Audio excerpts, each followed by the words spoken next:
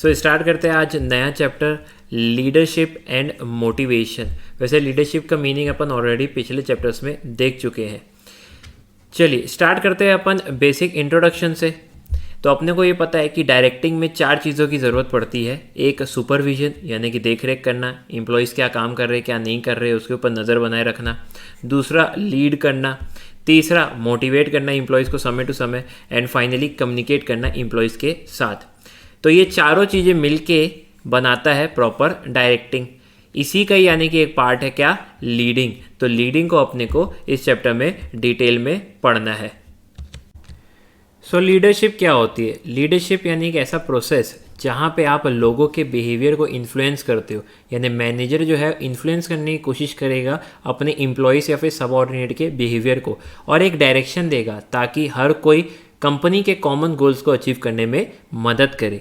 Leadership में यानी कि लीडर इन्वॉल्व होता है और दूसरे पर्सन जो इन्वॉल्व होता है उसे बोलते हैं सबऑर्डिनेट।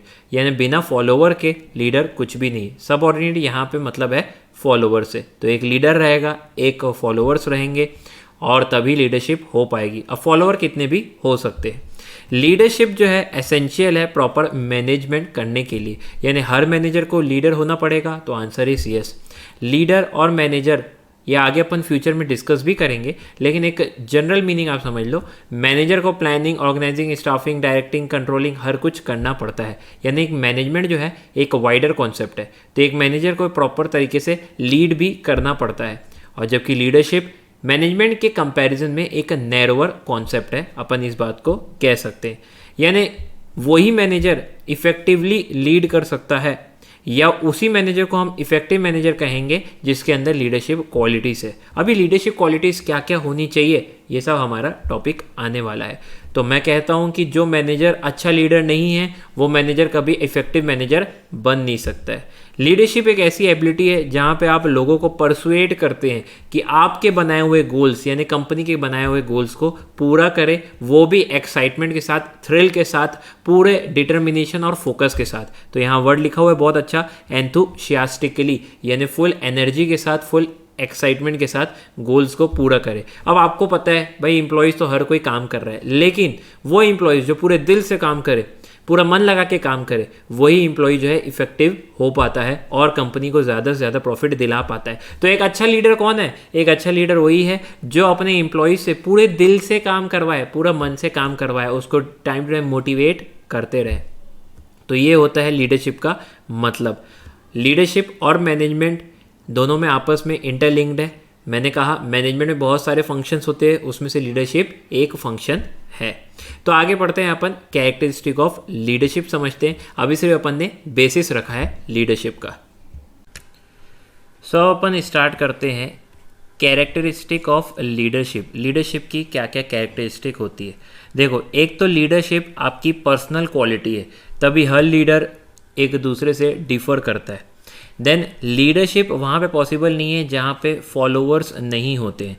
तो जहाँ फॉलोअर्स नहीं है वहाँ लीडरशिप भी नहीं है। लीडरशिप में इंडिविजुअल ट्राई करता है कि दूसरे के बिहेवियर को इन्फ्लुएंस करे, किसी पर्टिकुलर डायरेक्शन में उनको लेके जाए। सक्सेसफुल लीडर्स वही होते हैं जो दूसरों के बिहेवियर को, एटीट्यूड को, बिलीव्स को इन्फ्लुएंस कर पाते हैं, अपना फॉलोअर बना पाते हैं। यदि आप किसी को अपना फॉलोअर नहीं बनाओगे तो वो आपकी बात मानेगा क्यों? लीडरशिप इसलिए की जाती है ताकि कॉमन गोल को अचीव किया जा सके। कोई एक कॉमन गोल होगा जो सारे पर्सन से रिलेट कर रहा होगा, उसी को कंप्लीट करने के लिए, उसी गोल को अचीव करने के लिए लीडरशिप जो है की जाती है। लीडरशिप एक दिन लीडरशिप कर दी उसके बाद लीडरशिप करना बंद कर दिए, ऐसा फंक्शन नहीं है। लीडरशिप जो है एक कंटिन्यूस प्रोसेस है जहाँ पे आपको कंटिन्यूसली लोगों के बिहेवियर को इन्फ्लुएंस करना पड़ता है। अब आप कैसे भी कर सकते हैं, आपकी पर्सनैलिटी किस टाइप की है, आपका कैरेक्टरिस्टिक किस टाइप का है, आपका काम करने का तरीका कैसे है। जैसे बहुत लोग जो है अक्षय कुमार से बहुत ज़्यादा इन्फ्लुएंस हो जाते हैं। क्यों? क्योंकि वो सुबह 4 बजे उठ के एक्सरसाइज करता है, देन 7 बजे अपनी शूटिंग स्टार्ट कर देता है। तो बहुत सारे लोग उस चीज़ से काफ़ी ज़्यादा इंस्पायर्ड है क्योंकि उसकी क्वालिटी वैसी है। तो लीडर किस टाइप का होता है, उस टाइप से लोग उससे जुड़ते जाते हैं और उसको फॉलो करते जाते हैं। हम मोदी जी से खुश है बहुत। क्यों खुश है भाई मोदी जी से? मोदी जी से इसलिए खुश है क्योंकि वो बोलते हैं कि वो दिन में 16 से 20 घंटे तो सिर्फ काम करते हैं, 4 घंटे का ही सिर्फ उनका जो है सोने वाला समय रहता है। तो हम उनसे बहुत ज़्यादा इन्फ्लुएंस हो जाते हैं। कई बार लीडर की क्वालिटीज़ ऐसी रहती है कि आप बहुत ज़्यादा इन्फ्लुएंस हो जाते हो और ना चाहते हुए भी आप उनके फॉलोअर्स बन जाते हैं। अब लीडरशिप स्टाइल डिफरेंट हो सकती है, तो अलग अलग सिचुएशन में, अलग अलग सर्कमस्टांसेस में अलग अलग टाइप की लीडरशिप स्टाइल फॉलो की जाती है। यानी एक लीडरशिप स्टाइल होती है जहाँ पे आप सारे पावर्स आपके हाथ में ही रहते हैं, आप सिर्फ ऑर्डर्स और इंस्ट्रक्शन देते हो जैसे कि हिटलर करता था। एक लीडरशिप स्टाइल होती है जहाँ पे आप डिसीजन मेकिंग करने से पहले सबकी राय ले लेते हो, यानी अपने सबऑर्डिनेट और अपने फॉलोअर्स की राय ले लेते हो, उसके बाद डिसीजन लेते हो। एक लीडरशिप स्टाइल होती है जहाँ पे आप कोई राय देते ही नहीं हो, आप सब कुछ अपने सबऑर्डिनेट पे छोड़ देते हो, क्योंकि अपन ऑर्गेनाइजेशन के पॉइंट ऑफ व्यू से बात कर रहे हैं, इसीलिए मैनेजर अपनी राय नहीं देता है, वो सारी चीज़ अपने एम्प्लॉयज़ पे छोड़ देता है। जब एम्प्लॉयज़ कुछ गलत करते रहेंगे तब वो बोलता है। तो ये भी एक टाइप की लीडरशिप स्टाइल होती है। तो अलग अलग सर्कमस्टांसेस को मद्देनज़र रखते हुए, अलग अलग सिचुएशन को मद्देनज़र रखते हुए लीडरशिप स्टाइल जो है वो चुनी जाती है। ज़रूरी नहीं है कि एक ही टाइप की लीडरशिप स्टाइल को फॉलो करे मैनेजर, अलग अलग लीडरशिप स्टाइल को फॉलो कर सकता है। नाउ नेक्स्ट टॉपिक देखते हैं, difference between leadership and management. देखो, लीडरशिप करना ये मैनेजमेंट का एक पार्ट ही है। मैनेजमेंट में तो planning, organising, staffing, directing, controlling बहुत सारी चीज़ें आती है, उसमें से एक पार्ट है लीड करना। तो leadership is one of the managerial function. दूसरा, मैनेजमेंट होता है फॉर्मल और ऑर्गेनाइज्ड ग्रुप में। फॉर्मल ग्रुप में या फॉर्मल ऑर्गेनाइजेशन में मैनेजमेंट होता है, जबकि लीडरशिप फॉर्मल भी हो सकती है, इनफॉर्मल भी हो सकती है। तो leadership can be formal as well as informal. तो फॉर्मल ग्रुप के लिए भी लीडरशिप हो सकता है जो कि ऑफिस में किया जाता है। इनफॉर्मल ग्रुप के लिए कहीं धरना लेके बैठे हो, कहीं स्ट्राइक लेके बैठे हो, इनफॉर्मली भी आप लीड कर सकते हो। देन अपन देखते हैं qualities of A successful leader. भाई कौन सा लीडर जो है सक्सेसफुल कहलाता है, उनके अंदर ऐसी कौन कौन सी क्वालिटीज़ रहती है जिसके कारण उन लोग सक्सेसफुल हो पाते हैं, वो समझते हैं अपन। सबसे पहला है physical energy and stamina. Leader की सबसे पहले तो पर्सनैलिटी तगड़ी होनी चाहिए, अच्छी होनी चाहिए, चार्मिंग लगना चाहिए वो, और उसके पास एबिलिटी होनी चाहिए कि वो वर्क हार्ड करे। हार्ड वर्क जो करता है उसके पीछे लोग बहुत जल्दी पड़ जाते हैं, यानी कि उसको फॉलो करने बहुत ईजिली से लग जाते हैं। और अगर आप हार्ड वर्क नहीं कर पाते प्लस स्मार्ट वर्क नहीं कर पाते तो आप ऑर्गेनाइजेशन के गोल्स और ऑब्जेक्टिव्स पूरे नहीं कर पाओगे। तो एक लीडर तगड़ा वही है जो हार्ड वर्क भी कर ले और समय समय अपना दिमाग भी दौड़ाए। उसकी पर्सनैलिटी जो है अट्रैक्टिव लगनी चाहिए, लल्लू लाल वो नहीं लगना चाहिए। सेकेंड है इंटेलिजेंस। भाई जितने भी सबऑर्डिनेट्स है, जो भी आपके नीचे सबऑर्डिनेट कह लो या फिर फॉलोअर कह लो, उससे ज़्यादा तो आपकी नॉलेज होनी ही चाहिए, तभी तो आप उसको प्रॉपर गाइडेंस दे पाओगे। तो एक अच्छा लीडर वही है जो इंटेलिजेंट है, जो क्लियर है माइंड से, जो टू द पॉइंट बात करता है, जिसके पास बाकियों के मुकाबले ज़्यादा नॉलेज है, वही एक अच्छा लीडर बन सकता है। थर्ड है विजन एंड फोरसाइट। एक अच्छा लीडर वही है जो आगे की सोच सकता है, ऑर्गेनाइजेशन को आगे ले जाए, ऑर्गेनाइजेशन के फ्यूचर के बारे में सोचे, फ्यूचर में क्या क्या चीज़ें सक्सेस दिला सकती है उसके बारे में डिस्कशन करे, वही बिहेवियर को चेंज करे सबऑर्डिनेट को भी फ्यूचर ओरिएंटेड बनाए। जिसका विजन अच्छा है, जो दूर की सोच सकता है, वही अच्छा लीडर बन पाता है। देन नेक्स्ट है इनिशिएटिव। भाई मेन टास्क क्या होता है लीडर का कि सबसे पहले वो एक्शन ले। वो अगर सबसे पहले एक्शन लेगा तो ही पीछे सबऑर्डिनेट उसको फॉलो करेंगे। वही हिचकता रहेगा, वही बोलेगा नहीं फर्स्ट स्टेप मेरे को नहीं लेना है, लेट्स सी कौन लेता है उसके बाद देखेंगे। तो अगर लीडर आपका फर्स्ट स्टेप नहीं लेता है तो मान के चलना सबऑर्डिनेट भी पीछे रह जाएंगे। देन नेक्स्ट है सेल्फ कॉन्फिडेंस। भाई लीडर को अपने ऊपर सबसे ज़्यादा कॉन्फिडेंट होना चाहिए, क्योंकि उसको अलग अलग टाइम में अलग अलग डिसीजन लेने पड़ सकते हैं। कुछ हार्ड डिसीजन हो सकते हैं, कुछ इजी डिसीजन हो सकते हैं। अब जो बंदा खुद पे ही कॉन्फिडेंट नहीं रखा है, जिसके अंदर कंसेप्चुअल क्लैरिटी नहीं है, जो चीज़ें नहीं जानता है, जो हमेशा कंफ्यूज रहता है, तो वो क्या ही ऑर्गेनाइजेशन का भला कर पाएगा।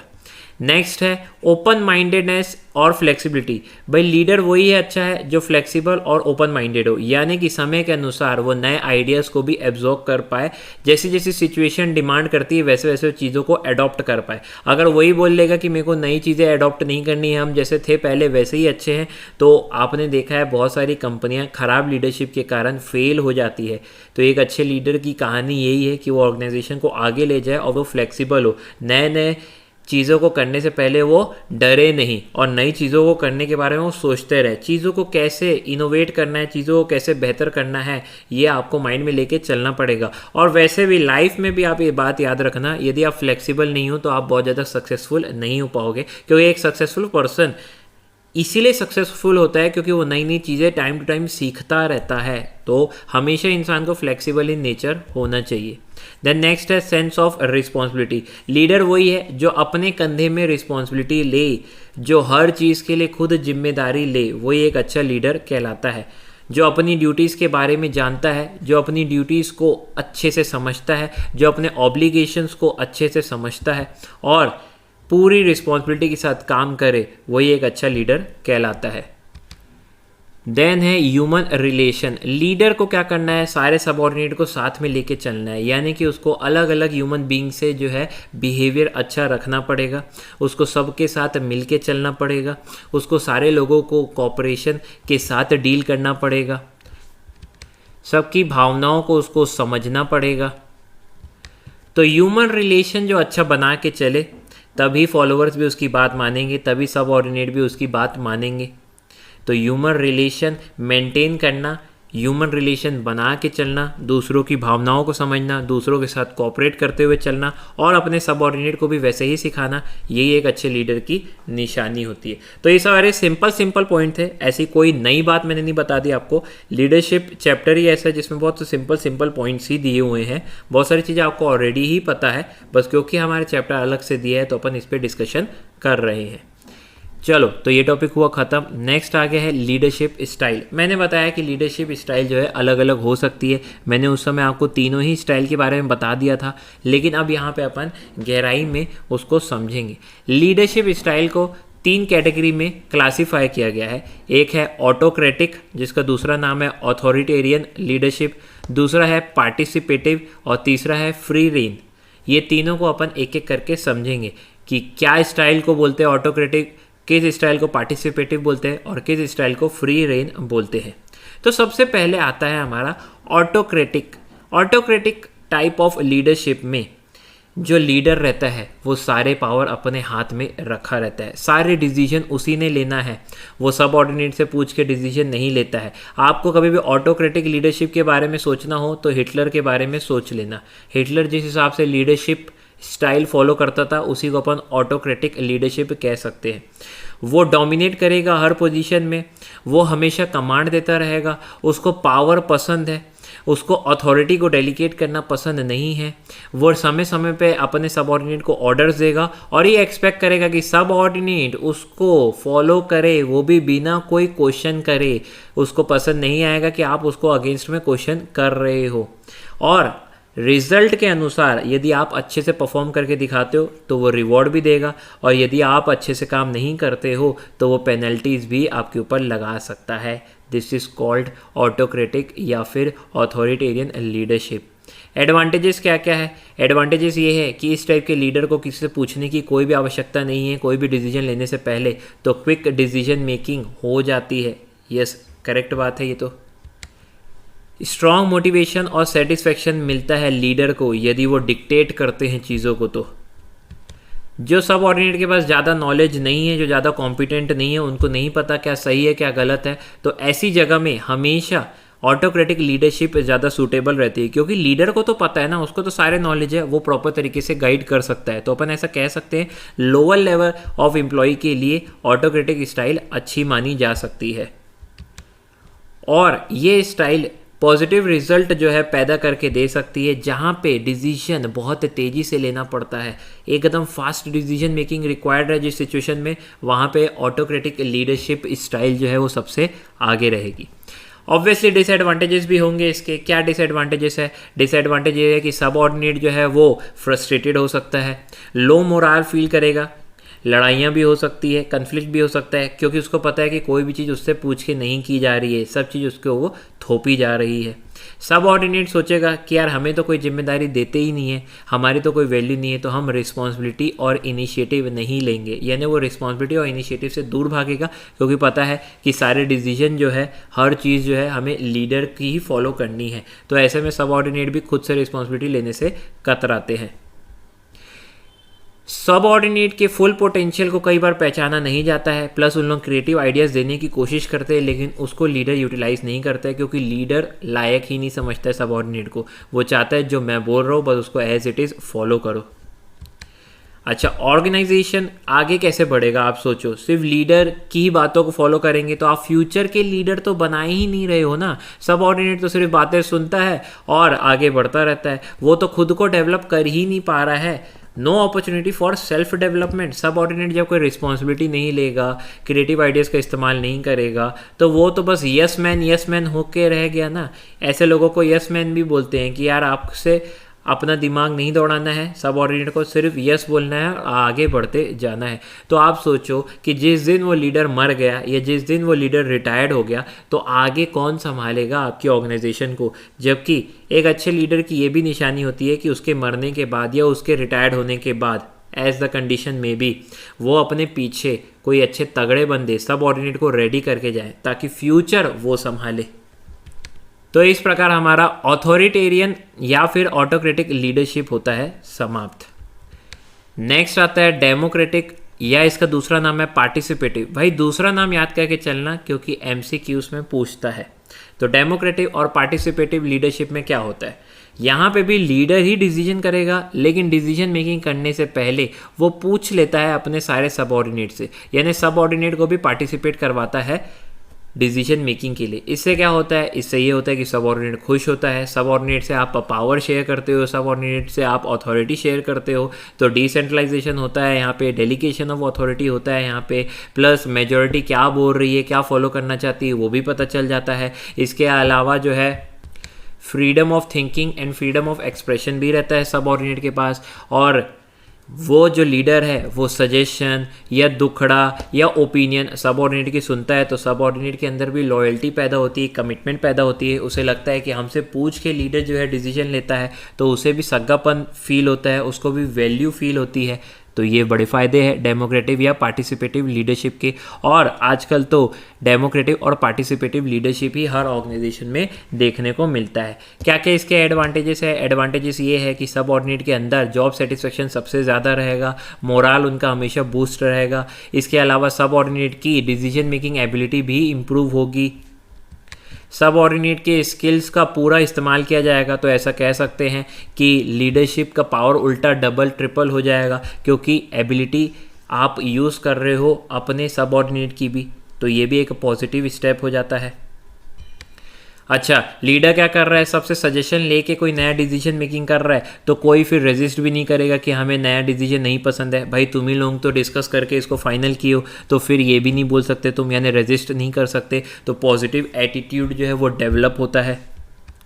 कई बार लीडर जो है सारे डिसीजन अच्छे से नहीं ले सकता है, तो उसे अच्छे सजेशन की ज़रूरत रहती है जो सब ऑर्डिनेट के द्वारा मिलती है। तो मैं ऐसा कह सकता हूँ कि क्वालिटी ऑफ डिसीजन भी इम्प्रूव होता है।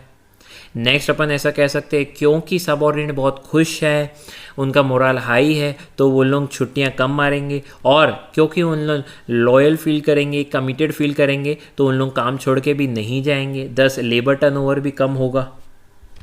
ये सारे इसके एडवांटेजेस है। डिसएडवांटेजेस क्या हो सकता है? भाई सबसे पूछ के डिसीजन करोगे तो टाइम कंज्यूमिंग है, डिले इन डिसीजन मेकिंग होगा, यस ऑब्वियसली होगा। हो सकता है पॉजिटिव रिजल्ट आपको नहीं मिले जब सब ऑर्डिनेट जो है वो ज़्यादा इंटरेक्शन करने के मूड में नहीं है लीडर के, या फिर सब ऑर्डिनेट ऐसे है जो लीडर से ज़्यादा बात करते भी नहीं है। और अगर आप सब ऑर्डिनेट से सारे काम पूछ के करते हो तो उनके अंदर भी हैबिट डेवलप हो जाती है। फिर उन लोग एक्सपेक्ट करने लगते हैं कि अगर आप छोटा डिसीजन भी लेते हो तो सब ऑर्डिनेट से पूछ के लो, नहीं लेते हो तो बुरा मान जाते हैं। तो ये भी एक नेगेटिव पॉइंट है इसका।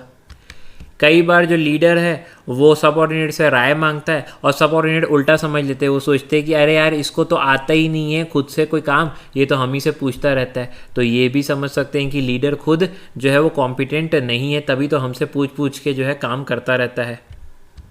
कई बार लीडर इसलिए सबऑर्डिनेट से पूछता है और उसी को डिसीजन मेकिंग दे देता है क्योंकि वो रिस्पॉन्सिबिलिटी से भागना चाहता है। और डेमोक्रेटिक लीडरशिप स्टाइल तभी काम की हो सकती है जब कम्युनिकेशन स्किल जो है, परsuasive स्किल जो है लीडर की तगड़ी हो। अगर कम्युनिकेशन स्किल उसकी वीक है तो ऑब्वियस सी बात है कि डेमोक्रेटिक स्टाइल वो ठीक से फॉलो नहीं कर पाएगा, और ठीक से आप अप्लाई नहीं कर पाओगे इस स्टाइल को तो आप इसका कंप्लीट एडवांटेजेस भी नहीं ले सकते हो। तो ये कुछ उसकी बुराइयां हैं या डिसएडवांटेजेस है डेमोक्रेटिक स्टाइल को फॉलो करने के। ये देखो डायग्राम बहुत बढ़िया दिया हुआ है, डायग्राम को देखेंगे तो हमें समझ में ज़्यादा आएगा। सबसे पहले दिया हुआ है ऑटोक्रेटिक। ऑटोक्रेटिक में मान लेते हैं ये लीडर है और ये सबको क्या दे रहा है, ऑर्डर दे जा रहा है। और इधर आ जाओ, ये है डेमोक्रेटिक, देखो लिखा है डेमोक्रेटिक। यहाँ पे लीडर है, यहाँ पे ये सबको राय दे रहा है, प्लस एरो अंदर की साइड भी है, अंदर साइड बाहर साइड, अंदर साइड बाहर साइड, प्लस इन लोग एक दूसरे से भी बात कर रहे हैं। यहाँ पे जो है कंप्लीट डिस्कशन हो रहा है और सब लोग जो है फीडबैक भी प्रोवाइड कर सकते हैं लीडर को। लीडर भी पूछ रहा है और लीडर बता भी रहा है, लीडर सबसे राय भी ले रहा है, लीडर सबको ऑर्डर भी दे रहा है। तो ये होता है डेमोक्रेटिक में। बहुत अच्छा डायग्राम है, इसको माइंड में रखेंगे आंसर को लिखते समय या आंसर को सोचते समय या इस कॉन्सेप्ट को याद रखते समय। नेक्स्ट आता है फ्री रेन और लेजाज फेयर लीडरशिप। ये भी एमसीक्यू पर्पस के लिए इंपॉर्टेंट है क्योंकि ये इसका दूसरा नाम है, याद रखना। और लेजाज फेयर का सर मतलब क्या होता है, इसका मतलब होता है लेट देम डू, ये मतलब होता है इसका लेजाज फेयर लीडरशिप का। यहाँ पे क्या होता है, यहाँ पे लीडर जो है कंप्लीट डेलीगेट कर देता है अपनी अथॉरिटी को सबऑर्डिनेट को, कि सबऑर्डिनेट खुद से सारे डिसीजन लेंगे। तो आप बोलोगे सर ऐसा कैसे? ऐसा तभी पॉसिबल हो सकता है जब सबऑर्डिनेट बहुत ज़्यादा एक्सपीरियंस्ड हो, सबऑर्डिनेट बहुत ज़्यादा स्किलफुल हो, तभी हम उसको सजेशन नहीं देते क्योंकि वो खुद बहुत ज़्यादा रिस्पॉन्सिबल है, वो खुद अपनी ड्यूटी समझता है और वो बहुत ज़्यादा इंटेलिजेंट भी है, उसके बाद नॉलेज भी है, उसके बाद एक्सपीरियंस भी है। तो इस टाइप के अगर सबऑर्डिनेट है आपके तो आप जो है फ्री रेन लीडरशिप जो है फॉलो कर सकते हो। हाँ, जब जब राय की ज़रूरत पड़ेगी, इन्फॉर्मेशन प्रोवाइड करने की ज़रूरत पड़ेगी या रिसोर्स देने की ज़रूरत पड़ेगी, तब तक जो है लीडर आएगा बीच में और इन्फॉर्मेशन और रिसोर्स प्रोवाइड करेगा अपने सबऑर्डिनेट को। या ये भी कह सकते हैं जब सबऑर्डिनेट गलत डायरेक्शन में मूव कर लेता है या कुछ गलत करेगा तो फिर बीच में लीडर आके उसको समझाएगा। एडवांटेजेस क्या है? एडवांटेजेस ये है कि जॉब सेटिस्फेक्शन और मोराल दोनों हाई रहेगा सबऑर्डिनेट का, क्योंकि सारे डिसीजन उसी ने लेने हैं। सबऑर्डिनेट की एबिलिटी भी बढ़ेगी, उसका डेवलपमेंट भी होगा। तो ये भी एक पॉसिबिलिटी है कि फ्यूचर में जाके सबऑर्डिनेट भी लीडर बन जाए। आप जो है सबऑर्डिनेट के कंप्लीट पोटेंशियल का इस्तेमाल करते हैं, क्योंकि सबऑर्डिनेट को सारे डिसीजन खुद से ही लेने हैं, सारे काम खुद से ही करने हैं, तो वो अपनी एबिलिटी का 100% इस्तेमाल करता है। डिसएडवांटेजेस क्या है? डिसएडवांटेजेस ये है कि कई बार सबऑर्डिनेट को गाइडेंस और सपोर्ट की जो ज़रूरत पड़ती है लीडर से, वो मिसिंग हो जाता है यहाँ पे। दूसरी बात यह है कि लीडर का कंट्रीब्यूशन जो है वो रह जाता है, इग्नोरेंस में चला जाता है, क्योंकि ऑटोक्रेटिक स्टाइल में क्या करते हैं आप, कंप्लीट लीडरशिप के स्किल्स को फॉलो करते हैं, जबकि इस स्टाइल में लीडर अपना कंट्रीब्यूशन जो है वो काफ़ी कम दे पाता है। सबऑर्डिनेट सबके सब इंटेलिजेंट है, हो सकता है सबके सब अलग अलग डायरेक्शन में मूव करने लग जाए, उसके कारण लड़ाई झगड़ा कन्फ्लिक्ट केओस बहुत ज़्यादा बढ़ जाता है ऑर्गेनाइजेशन के अंदर। और किसी भी ऑर्गेनाइजेशन के अंदर अगर लड़ाई झगड़ा केओस बढ़ जाता है, बहसबाजी बढ़ जाती है, तो किसी भी ऑर्गेनाइजेशन के अंदर ये बात अच्छी तो नहीं मानी जाती है, प्लस लॉसेस भी बहुत ज़्यादा हो जाते हैं। तो ये अपन ने डिस्कस किया है तीनों टाइप की लीडरशिप को। और ये याद रखना, फ्री रेन स्टाइल वहीं पे अप्रोप्रिएट है जहाँ सबऑर्डिनेट वेल ट्रेंड है, हाईली नॉलेजेबल है, सेल्फ मोटिवेटेड है और अपनी रिस्पॉन्सिबिलिटी को उठाना जानते हैं, जैसे कि मैंने आपको पहले ही बता चुका है। तो इस बात को याद रखना MCQ के पॉइंट ऑफ व्यू से, क्योंकि उसमें पूछते हैं किस टाइप के एम्प्लॉय के ऊपर आप फ्री रेन स्टाइल अप्लाई करोगे, किस टाइप के ऊपर ऑटोक्रेटिक स्टाइल आप अप्लाई करोगे। और ऐसा नहीं है किसी लीडर को एक ही टाइप की लीडरशिप स्टाइल फॉलो करनी है, वो अलग अलग सिचुएशन के अनुसार अलग अलग स्टाइल जो है अपना सकता है, उसके ऊपर कोई भी जोर ज़बरदस्ती नहीं है, कोई भी मैंडेटरी नहीं है कि एक ही स्टाइल आपको फॉलो करना है, ऐसा कुछ भी नहीं है। लीडर के मूड के हिसाब से लीडर अपनी सिचुएशन को भांपने के बाद खुद डिसाइड करता है कि किस टाइप की लीडरशिप उसको फॉलो करनी है। सो इसी के साथ हमारा फ्री रेन और बाकी टॉपिक होता है समाप्त। अब बढ़ते हैं अपन नेक्स्ट टॉपिक की ओर।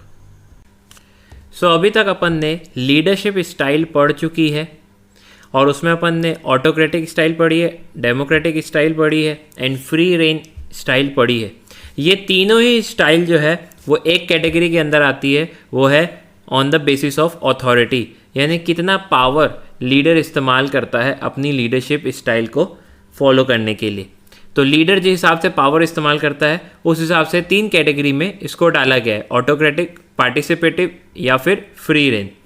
नाउ अपन क्या पढ़ने वाले हैं, नाउ अपन इसके थोड़ा और डिटेल में जाने वाले हैं। तो सबसे पहले हम क्या कर रहे थे, लीडरशिप स्टाइल देख रहे थे, तो उसमें कैटेगरी ए हमारा हो गया है leadership style based on the use of authority, बस इतना ही हुआ है। अब हम क्या करेंगे, लीडरशिप स्टाइल पढ़ेंगे जो एक और कैटेगरी है, दैट इज लीडरशिप कंटिन्यूम। फिर लीडरशिप स्टाइल पढ़ेंगे जो मैनेजरियल ग्रिड के द्वारा समझाई गई है ब्लेक एंड मुटेन ने, तो इसको भी पढ़ेंगे अपन। फिर system of management by Rensis Likert पढ़ेंगे। अब ये सब क्या है, ये सब भी लीडरशिप स्टाइल ही है। मोस्ट पॉपुलर वाला that is on the basis of authority अपन पढ़ चुके हैं। नाउ नेक्स्ट अपन अलग अलग लीडरशिप स्टाइल पढ़ने वाले हैं। तो ए कैटेगरी हमारा हो गया समाप्त। अब चलते हैं बी कैटेगरी में, दैट इज लीडरशिप कंटिन्यूम में।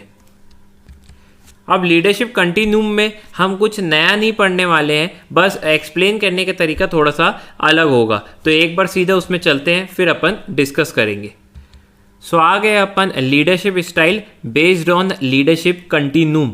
अभी आप समझो कि 2 तरफ है, एक तरफ हमारा है बॉस सेंट्रिक और दूसरा साइड हमारा है फ्री रेन। क्या बोला मैंने, एक तरफ है हमारा ऑटोक्रेटिक स्टाइल और दूसरी तरफ है हमारा फ्री रेन। फ्री रेन क्या था सर, फ्री रेन था जहाँ पे फ्रीडम ऑफ सबऑर्डिनेट दिया गया था, कंप्लीट फ्रीडम दिया गया था। सर ये तो हम लोग पिछले में पढ़े, on the basis of authority में ये तीनों स्टाइल अपन ने पढ़ा था। यस, आपने पढ़ा था। ये क्या बोलता है लीडरशिप कंटिन्यूम, ये बोलता है कि on the left hand side of the continuum क्या रहता है, बॉस सेंटर्ड रहता है, यानी कि सारे डिसीजन कौन लेगा, आपका सुपीरियर लेगा, सारे पावर उसी के हाथ में रहेंगे और सबऑर्डिनेट को बिल्कुल भी फ्रीडम नहीं प्रोवाइड की जाएगी। राइट साइड में क्या रहेगा, राइट साइड में फ्री रेन स्टाइल रहेगा।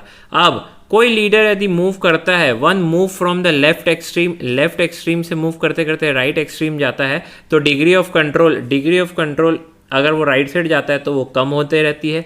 और फ्रीडम ऑफ सबऑर्डिनेट आपको पता है फ्री रेंज में सबसे ज़्यादा है, तो जैसे जैसे राइटवर्ड मूव करते जाओगे वैसे वैसे फ्रीडम ऑफ सबऑर्डिनेट क्या होगा, इंक्रीज होते जाएगा। यानी एक स्केल के द्वारा एक्सप्लेन करने की कोशिश की गई है आपको अलग अलग लीडरशिप स्टाइल को। लीडरशिप कंटिन्यूम और कुछ नहीं बल्कि यही है। यहाँ पे क्या है, रेंज प्रोवाइड की जाती है पॉसिबल लीडरशिप स्टाइल की। Range of possible leadership style जो है वो प्रेजेंट करता है कौन, leadership continuum. Left hand side में आप समझ गए क्या है, लेफ्ट हैंड साइड में autocratic style and right side में है फ्री रेन। अब जैसे जैसे एक आपका सुपीरियर या लीडर राइट साइड मूव करते जाएगा वैसे वैसे आप देखोगे कंट्रोल उसका कम होते जाएगा और फ्रीडम सबऑर्डिनेट को वो ज़्यादा देते चला जाएगा। बस इसमें बाकी कुछ नया नहीं है, मैंने आपको जैसे ही बोला था on the basis of authority जो पढ़े थे, अगर वो समझ चुके हो तो लीडरशिप कंटिन्यूम आप बहुत आराम से समझ जाओगे। नाउ मैनेजर का अलग अलग स्टाइल देखते हैं या अलग अलग एटीट्यूड देखते हैं डिसीजन लेते वक्त। पहले में लिखा हुआ है कि मैनेजर खुद से डिसीजन लेगा और सीधा अनाउंस कर लेगा। इसको अपन extreme form of autocratic leadership भी कह सकते हैं, जहाँ पे बॉस सारे डिसीजन लेगा और सबऑर्डिनेट को बोलेगा कि इसको इम्प्लीमेंट करो। और क्या हो सकता है, और मैनेजर का ये भी हो सकता है कि वो डिसीजन जो है वो ले लेगा, लेकिन अपना डिसीजन लेने के बाद दूसरे सबऑर्डिनेट को परसुएड करेगा, मनाने की कोशिश करेगा कि आप इसको खुशी से एक्सेप्ट कर दो। तो यहाँ पे आप वो थोड़ा सा विनम्र पड़ गया। थर्ड में क्या है, मैनेजर अपना आइडिया प्रेजेंट करेगा, अपना डिसीजन प्रेजेंट करेगा और बोलेगा जिस सबऑर्डिनेट को क्वेश्चन पूछना है वो पूछ लो। अब इसे क्या, सबऑर्डिनेट का इन्वॉल्वमेंट भी बढ़ जाता है और बॉस जो है वो डिसीजन भी ले पाता है और अपने सबऑर्डिनेट से व्यू भी जान लेता है कि किस टाइप का उसने डिसीजन लिया है, क्या सबऑर्डिनेट वाकई उसकी बात को मानने को तैयार है कि नहीं है, जो उसने डिसीजन लिया है वो सबऑर्डिनेट को अच्छा लग रहा है या नहीं लग रहा है, या कोई फीडबैक है तो वो प्रोवाइड करे। नेक्स्ट में मैनेजर थोड़ा और विनम्र पड़ रहा है। देखो मैनेजर क्या करेगा, एक टेंटेटिव डिसीजन सुनाएगा, यानी कि ऐसा डिसीजन सुनाएगा जिसको बोलेगा कि सब्जेक्ट टू चेंज, इसको चेंज किया जा सकता है। यहाँ पे बॉस क्या करेगा, यहाँ पे बॉस सबऑर्डिनेट को बोलेगा कि अपने व्यूज़ को प्रकट करो। पहले भी बोला था लेकिन यहाँ पे और अच्छे से बोलेगा कि आप व्यूज़ को प्रकट करो और आपके व्यूज़ अगर मुझे अच्छे लगे तो मैं अपना आइडिया जो है मॉडिफाई करने को रेडी हो जाऊँगा। नेक्स्ट में देखो मैनेजर क्या बोल रहा है, मैनेजर प्रॉब्लम बता रहा है कि ऑर्गेनाइजेशन में क्या प्रॉब्लम जा रही है, फिर उसके सजेशन लेने की कोशिश करेगा। इधर क्या करेगा, इधर बॉस प्रॉब्लम बता दिया ऑर्गेनाइजेशन में और बोलेगा कि हर कोई मुझे सजेशन प्रोवाइड करो, सारे सबऑर्डिनेट मुझे सजेशन प्रोवाइड करो, फिर आपके सजेशन के बेसिस पे मैं क्या करूँगा, डिसीजन को लूँगा। देखो आप देख रहे हो फर्स्ट नेचर में उसके लीडरशिप स्टाइल में दादागिरी थी और आते आते 5वें 6वें तक वो क्या होते जा रहा है, विनम्र विनम्र और ज़्यादा विनम्र होते जा रहा है। यानी ये बोल सकते हैं अपन लेफ्ट हैंड साइड में ऑटोक्रेटिक स्टाइल, और धीरे धीरे वो क्या होते जा रहा है, लेफ्ट साइड से राइट साइड की ओर मूव करते जा रहा है। और जैसे जैसे राइट साइड मूव करते जाएगा उसका कंट्रोल हो रहा है कम और फ्रीडम ऑफ सबऑर्डिनेट क्या हो रहा है, ज़्यादा होते जा रहा है। ये वाला डायग्राम जो मैंने बनाया था वो वाला डायग्राम आप लोग भी बना लेंगे। देखो और कैसे वो विनम्र पढ़ सकता है, पॉइंट नंबर 6 में देखते हैं इस बात को। पॉइंट नंबर 6 में और पॉइंट नंबर 7 में मैनेजर क्या करेगा, मैनेजर खुद ही बोल देगा किसको, सबऑर्डिनेट को, कि देखो तुम लोग जो है डिसीजन जो है ले लो अपने हिसाब से जो भी तुम लोगों को सही लग रहा है। हाँ बॉस जो है सुपीरियर जो है वो ओवरऑल लिमिट ज़रूर से तय कर देगा और सबऑर्डिनेट फ्री है अपने डिसीजन लेने के लिए और उसको एक्ट उसी लिमिट के अंदर करना है। यानी ऐसा नहीं कि सबऑर्डिनेट अपना पावर की लिमिट को बाहर करते हुए और बढ़ते हुए कुछ भी डिसीजन ले सकते हैं, नहीं, बॉस बता देगा कि ये आपकी लिमिट है और उस प्री डिटरमाइंड लिमिट के अंदर आपको क्या लेना है, डिसीजन लेना है। यानी फ्रीडम ऑफ सबऑर्डिनेट यहाँ पे बढ़ते जा रहा है। तो ये wide range of leadership behaviour है जो इंसान जो है फॉलो कर सकता है, जो लीडर फॉलो कर सकता है और जैसे भी सिचुएशन रहेगी उसके हिसाब से वो फॉलो करेगा। मैनेजर क्या करेगा यानी लीडर क्या करेगा, कुछ फॉलोइंग फैक्टर्स जो दिए हुए हैं उसको मद्देनजर रखते हुए ये डिसाइड करेगा कि किस टाइप की लीडरशिप स्टाइल उसको अपनानी है। यानी क्या उसको ऑटोक्रेटिक लेना है या क्या उसको धीरे धीरे धीरे विनम्र पढ़ना है या फिर उसको completely freedom of subordinate provide करनी है, that is free rein leadership style को अपनाना है। तो वो कौन से फैक्टर है जिसको ध्यान में रखेगा एक मैनेजर, तो सबसे पहले forces in the manager, manager के खुद का वैल्यू सिस्टम कैसा है, मैनेजर का कितना कॉन्फिडेंट है सबऑर्डिनेट के ऊपर, मैनेजर की लीडरशिप स्टाइल किस टाइप से जाती है, मैनेजर कितना टॉलरेट करने को रेडी है अगर कोई भी चीज़ गलत हो जाती है तो। सेकेंड है forces in the subordinate, subordinate की थिंकिंग कैसी है, सबऑर्डिनेट की टॉलरेंस कैसी है, सबऑर्डिनेट क्या रिस्पॉन्सिबिलिटी लेते हैं, सबऑर्डिनेट क्या इंटरेस्ट लेते हैं, सबऑर्डिनेट की अंडरस्टैंडिंग कैसी है, सबऑर्डिनेट जो है वो आइडेंटिफाई कर पाते हैं कि नहीं ऑर्गेनाइजेशन के गोल्स को। इन शॉर्ट मैं ऐसा कह सकता हूँ कि सबऑर्डिनेट कितने लायक है उसके ऊपर भी डिपेंड करता है कि किस टाइप की लीडरशिप फॉलो करेगा एक leader. And finally forces in the situation, किस टाइप की ऑर्गेनाइजेशन है, किस टाइप का प्रॉब्लम आया है और किस टाइप का ग्रुप है ऑर्गेनाइजेशन के अंदर, किस टाइप का टाइम प्रेशर जो है, कुछ डिसीजन जो रहते हैं वो टाइम के अंदर लेने पड़ते हैं, कुछ डिसीजन जो है वो आराम से ले सकते हो। अभी देखो टाइम बहुत ज़्यादा होगा तो आप सबऑर्डिनेट को पार्टिसिपेट करवा सकते हो, टाइम बहुत कम है तो आपको autocratic style of leadership he follow करना पड़ता है क्योंकि वहाँ पे जो है सारे डिसीजन लीडर खुद से ले लेता है और सीधा बता देता है अपने सबऑर्डिनेट को। तो इन तीनों चीज़ों को मद्देनजर रखते हुए मैनेजर की एबिलिटी, सोच और टॉलरेंट पावर एंड सबऑर्डिनेट के कितनी एबिलिटी है, कितना स्किल्स है, कितना नॉलेज, कितना एक्सपीरियंस, कितनी रिस्पॉन्सिबिलिटी उन लोग उठा सकते हैं, यानी सबऑर्डिनेट किस औकात का है, कैसे वो समझता है चीज़ों को, एंड फाइनली सिचुएशन किस टाइप की है। इन तीनों चीज़ों को मद्देनजर रखते हुए एक लीडर डिसाइड करेगा कि लीडरशिप कंटिन्यूम में वो किधर रहेगा और किस टाइप का लीडरशिप स्टाइल वो फॉलो करेगा, लेफ्ट साइड से लेके राइट साइड में। उसके बाद ये सारे ऑप्शन खुले हुए हैं। लीडरशिप कंटिन्यू में एक बहुत ज़बरदस्त टॉपिक है, आपको अगर वो डायग्राम नहीं बनाए हो तो डायग्राम बना लेना क्योंकि डायग्राम बना लोगे तो ही समझ में आएगा। नाउ सी कैटेगरी आ जाती है, लीडरशिप स्टाइल की थर्ड कैटेगरी है। इसमें leadership style in managerial grid, यहाँ पे ग्रिड बने होंगे, जो बक्सा आपको दिख ही रहा है ये मैनेजेरियल ग्रिड है, देख लो मैनेजरियल ग्रिड में ये डब्बे बने हुए हैं अलग अलग, आपको दिख रहा होगा। ऑन द एक्स एक्सिस या एक साइड अपन क्या है, कंसर्न फॉर प्रोडक्शन है और ऑन द वाई एक्सिस क्या है, कंसर्न फॉर पीपल है।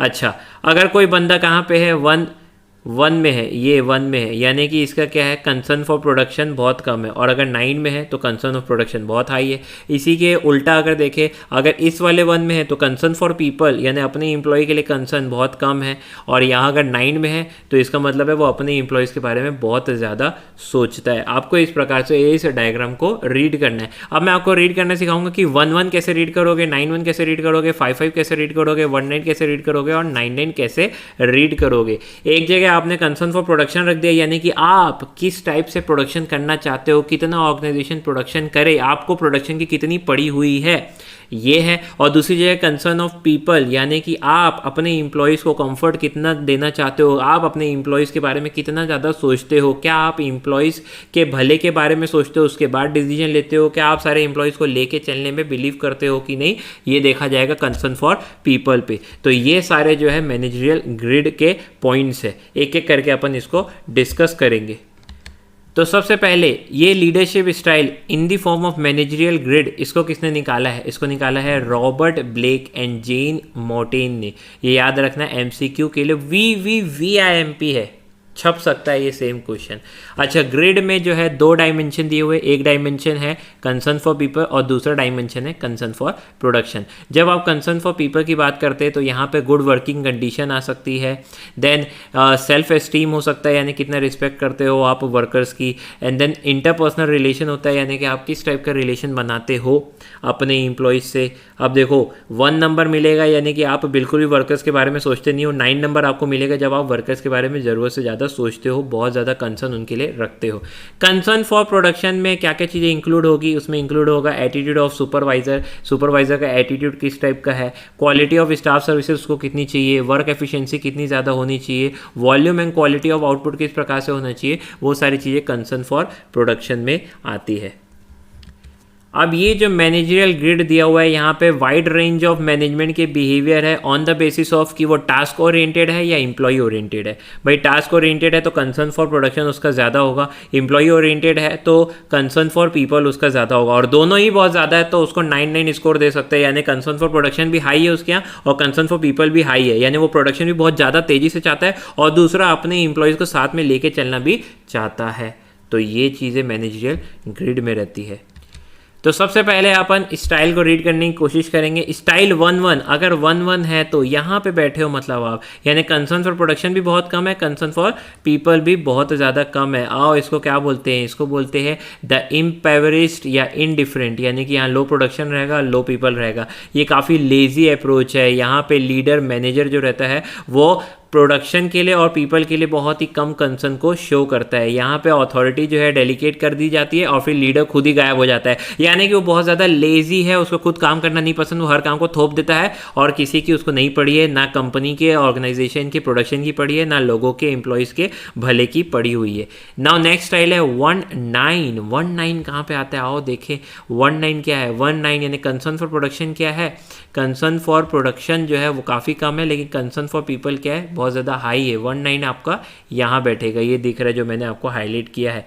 1 स्कोर है यानी कंसर्न फॉर प्रोडक्शन तो कम है, और 9 है यानी कंसर्न फॉर पीपल तो बहुत ज़्यादा है। इसको क्या बोलते हैं? आओ इसको अपन एक बार रीड करते हैं। लो प्रोडक्शन एंड हाई पीपल, इसको कंट्री क्लब भी बोलते हैं। ये एमसीक्यू पर्पस के लिए याद रखना, कंट्री क्लब यानी कि 1-9 style, that is low production and high people. इसको अपन वन साइडेड अप्रोच भी कह सकते हैं, जहाँ लीडर जो है कंप्लीट अटेंशन देगा कि उसके जो एम्प्लॉयज़ है उसको कंप्लीट सिक्योरिटी मिले, उसको कंप्लीट कंफर्ट मिले, भले प्रोडक्शन कितना ही घटिया क्यों ना हो।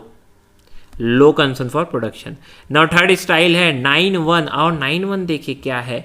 9-1 देखोगे हाईलाइट करेंगे तो ये है 9-1। 9-1 का मतलब है कंसर्न फॉर प्रोडक्शन 9/9 कंप्लीट। आप कंसर्न फॉर प्रोडक्शन तो काफ़ी ज़्यादा हाई रख रहे हो, और 1 क्या है? कंसर्न फॉर पीपल, यानी कि आपको सिर्फ प्रोडक्शन की पड़ी है, लोगों की बिल्कुल भी नहीं पड़ी है। इसको क्या बोलते हैं? प्रोड्यूस, डिक्टेटोरियल और पेरिश, यानी कि high production and low people. इसमें क्या होता है आप नज़र मारिए एक बार।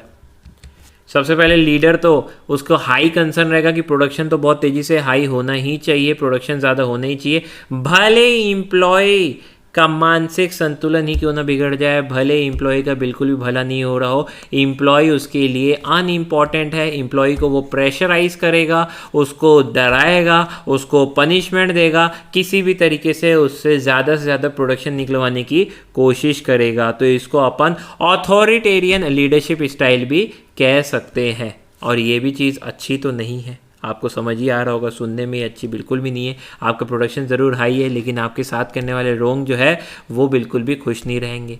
आओ नेक्स्ट देखते हैं स्टाइल 9-9। इसको द टीम और साउंड भी बोलते हैं। स्टाइल 9-9 क्या है? स्टाइल 9-9 आओ ये है स्टाइल 9-9। यहाँ पे कंसर्न फॉर प्रोडक्शन अप है, कंसर्न फॉर पीपल भी अप है। सुनने में तो बड़ा मज़ा आ रहा है, आओ इसको सुनते हैं। इस स्टाइल में लीडर या फिर जो मैनेजर रहता है आपको, वहाँ पे वो लोगों का ध्यान भी बहुत तगड़े तरीके से रखता है और वो प्रोडक्शन भी हाई करवाता है। बहुत अच्छी स्टाइल है ये। यहाँ पे अगर मैनेजर काम कर रहा है इस मैनेजर ग्रिड के अंदर, यदि वो आ गया यानी कि वो अपनी ऑर्गेनाइजेशन को बुलंदी की ओर ले जा रहा है, काफ़ी हाई प्रोडक्शन की ओर ले जा रहा है और वहाँ पे उसके एम्प्लॉयज़ उससे खुश भी बहुत ज़्यादा है क्योंकि वो अपने एम्प्लॉयज़ का भी काफ़ी अच्छे से ध्यान दे रहा है। नाउ नेक्स्ट आता है स्टाइल 5-5 तो ऐसा लग रहा है बीच में हो आप कहीं पे। हाँ, ये स्टाइल 5-5 यानी कि आप कहीं बीच में हो, यानी कंसर्न ऑफ प्रोडक्शन भी ठीक ठाक है आपका, कंसर्न फॉर पीपल भी आपका ठीक ठाक है, दोनों ही ठीक ठाक है। तो इसको क्या बोलेंगे? Medium production medium people. इसको बोलते हैं मिडिल ऑफ द रोड या फिर status Q. Middle of the road या फिर स्टेटस क्यू बोलते हैं। इस स्टाइल में लीडर या मैनेजर क्या करता है? ट्राई करता है कि वो बैलेंस बना के रखें कि गोल्स भी कंपनी के अचीव हो पाए और साथ ही साथ वर्कर्स की नीड्स भी सेटिस्फाई हो पाए, दोनों में बीच में एक बैलेंस बना के चलता है। अब जरूर नहीं सिर्फ इतनी ही स्टाइल हो, 1 2 2 3 3 4 6 8 कुछ भी पॉइंट हो सकता है, 1 से लेके 9 तक कोई भी कैटेगरी के अंदर आप आ सकते हो। समझाने के लिए ये सिर्फ 5 कैटेगरी आपको मैनेजर ग्रिड के अंदर समझाई गई है। तो ये डायग्राम बड़ा इंपॉर्टेंट है, इस डायग्राम के द्वारा आप सारी बात को समझ जाओगे। एक बार डायग्राम आपको याद हो गया उसके बाद इसको एक्सप्लेन करना बहुत ज़्यादा ईजी हो जाएगा। जैसे लीडरशिप कंटिन्यूम में भी डायग्राम नहीं बना था, जो अपन ने डायग्राम बनाया है अगर उसको आप समझ गए तो फिर आप बातों को समझ जाओगे बड़ी ईजिली। तो ये हमारा खत्म हो गया third category of leadership style. Now fourth category है लाइकर्ट्स सिस्टम ऑफ मैनेजमेंट। अब इसमें भी आप बहुत ज़्यादा अलग नहीं पाओगे, ऑलरेडी जो अपन डिस्कस कर चुके हैं तो उसी से ही आप इन सारे मीनिंग को भी समझ जाओगे। बस ये अलग अलग जो है time to time management consultancy ने जो प्रोवाइड किया, ये अलग अलग हाई मैनेजमेंट गुरु जो थे उन्होंने अपने हिसाब से जो है मैनेजमेंट की या लीडरशिप की अलग अलग थ्योरीज बनाई है जिसको अपन अभी पढ़ रहे हैं। सो लाइकर्ट्स के हिसाब से किस टाइप की लीडरशिप स्टाइल उसने पाई और उसने जो है इन चीज़ों को ढूंढा वो अपन पढ़ेंगे।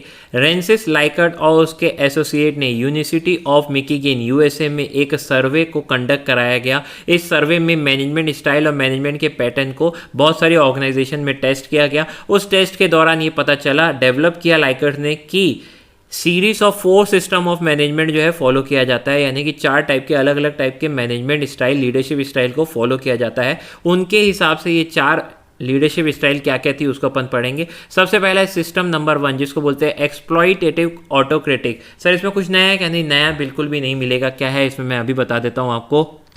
यहाँ पे मैनेजर क्या करेगा? ऑल वर्क रिलेटेड डिसीजन वो लेगा और अपने सबऑर्डिनेट को डायरेक्टली ऑर्डर कर देगा कि इन डिसीजन को आप चुपचाप से फॉलो करो। मैनेजर ही डिफाइन करेगा कौन सा स्टैंडर्ड और कौन सा मेथड परफॉर्मेंस करते वक्त आपको फॉलो करना है। सबऑर्डिनेट कुछ भी नहीं कह सकता है डिसीजन मेकिंग प्रोसेस में, यानी सबऑर्डिनेट को अगर आपका कोई प्लान अच्छा नहीं लगा है तो आप आगे आके बता नहीं सकते हैं लीडर को।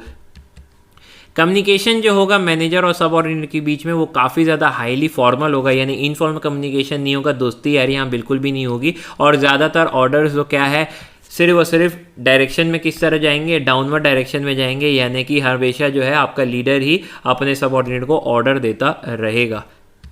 ऐसे मैनेजर जो है वो बिलीव करते हैं थ्रेट में, यानी डरा धमका के जो है अपने एम्प्लॉय से काम करवाएंगे और पनिशमेंट भी करेंगे अगर वो लोग ठीक से काम नहीं करते हैं। तो स्ट्रिक्ट सुपरविजन रखा जाएगा, यानी कि एम्प्लॉयज़ को कोई भी आज़ादी नहीं रहेगी और कंप्लीट कंट्रोल जो है सबऑर्डिनेट के ऊपर बना के रखा जाएगा।